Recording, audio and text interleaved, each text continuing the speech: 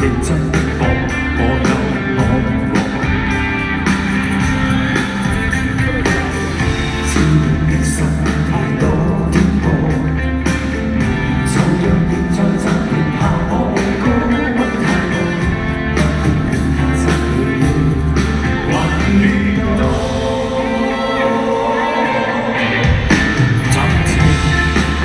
一切的奮鬥理想越愛火，挫折試過太多，錯愛試過太多，今天一切我願盡情，醫好傷勢再搏火。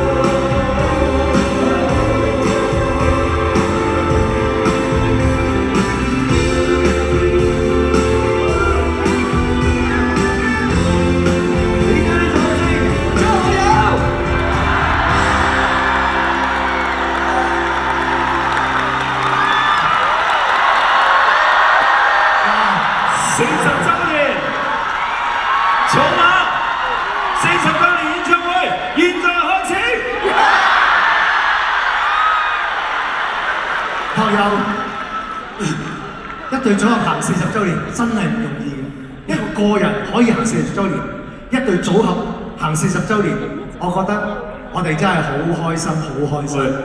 我哋今日有資格傾啊嘛？有，因為我都40年㗎啦。唔係我40年加添啊！係你邊止40年啫？嗱，因為有個誤會嘅。我點會唔止40年啫？問下湯美雲就知啦。你阿妹嗱，我哋咧曾經出 ，sorry， 唱返陣先啦。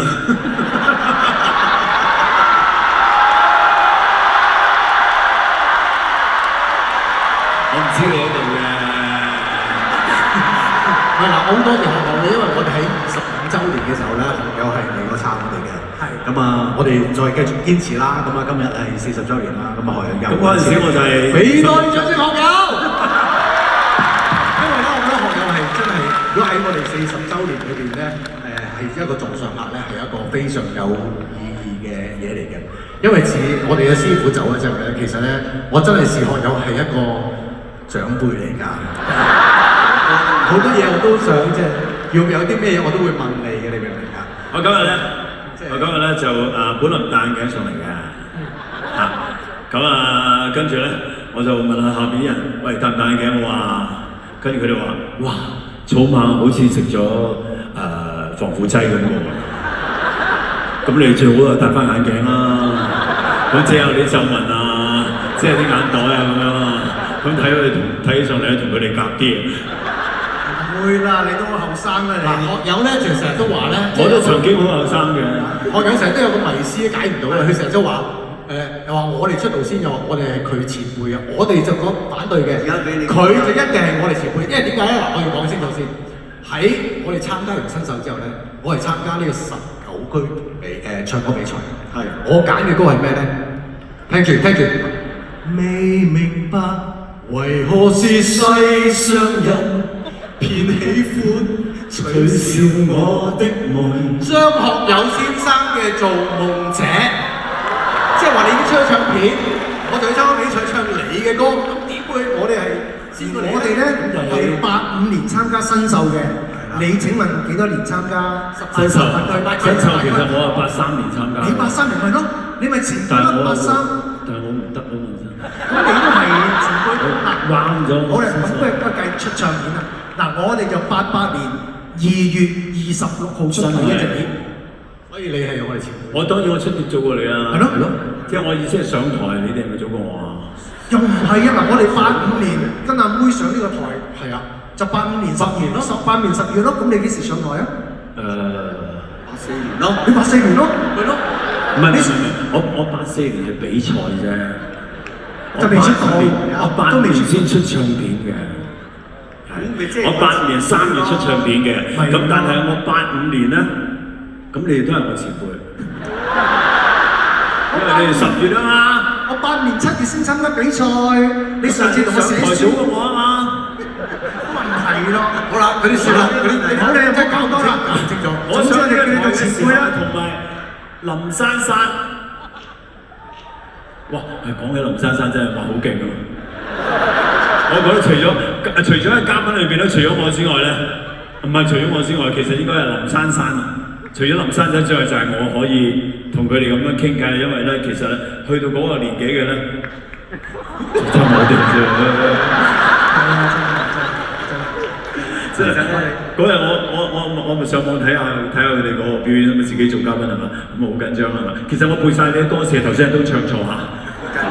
咁我一擘大眼咧就唱唔到啦。咁所以大家好多人問我點解喂張學友你點解你唔睇嗰啲字幕咁啊？因為我睇咗我唱錯，我用咩眼唱歌啊？一眼唱歌又睇唔到字幕。咁所以我冇辦法啦。咁啊，我嗰日聽到阿林珊唱《戀愛預告》，係咯，唔係戀愛預告啊，係啊，哇！我突然間變咗後生咗，突然間回春，我好耐冇試過回春嘅感覺。原來仲有個前輩喺度唱歌啊嘛！我哋直情係嘛，正如死水一次啊嘛，一聽佢唱再見風。我都發咗個短信俾阿珊珊講，我話好正咁樣，佢係我覺得最正嘅嘉賓嚟。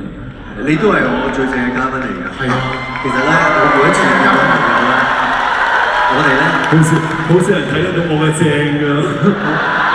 我經常見啊學友嘅，我哋即係好少見啊學友。咁但係咧，我哋一見到嘅時候咧，嗰個感覺就係好似家人嘅感覺，即係。好難形容，我唔知點講，因為嗰陣時係成日都一齊嚇。你好勁，係咪啊？